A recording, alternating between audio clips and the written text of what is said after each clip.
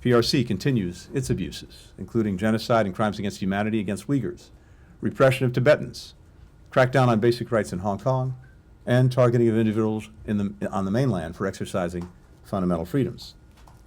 I saw that you mentioned forced organ harvesting in China in your report. So as you may know, there is mounting evidence that the Chinese Communist Party continues to harvest organs from living individuals, primarily Falun Gong practitioners. Congress has introduced bills targeting offenders.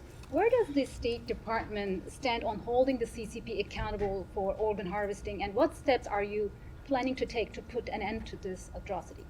So I'm not going to comment on the legislation specifically. We are tracking it. I'm aware of it. Organ harvesting has been a part of the Human Rights Report, has been reported on there.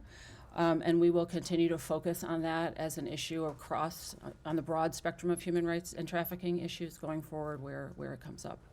China's Ministry of Foreign Affairs just published a report basically pointing fingers at the United States. It's called the state of democracy in the U.S., accusing the U.S. of doing that.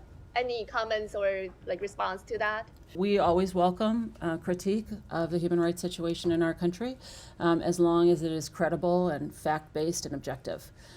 We regularly submit ourselves to various processes in the UN, for example, Universal Periodic Review at the Human Rights Council. We recently reported to the Convention on the Elimination of Racial Discrimination and other treaty bodies. So as the Secretary said, we don't sweep our problems under the rug. We are ready to shine a light on them and work to improve them in our own country. On your question about China, specifically, the human rights situation in China is something that we are regularly raising with partner states bilaterally and in multilateral settings where China is present.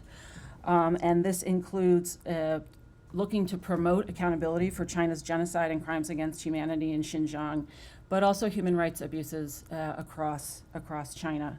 Human rights remains at the forefront of our discussions with the PRC and are continuously highlighted in high-level discussions.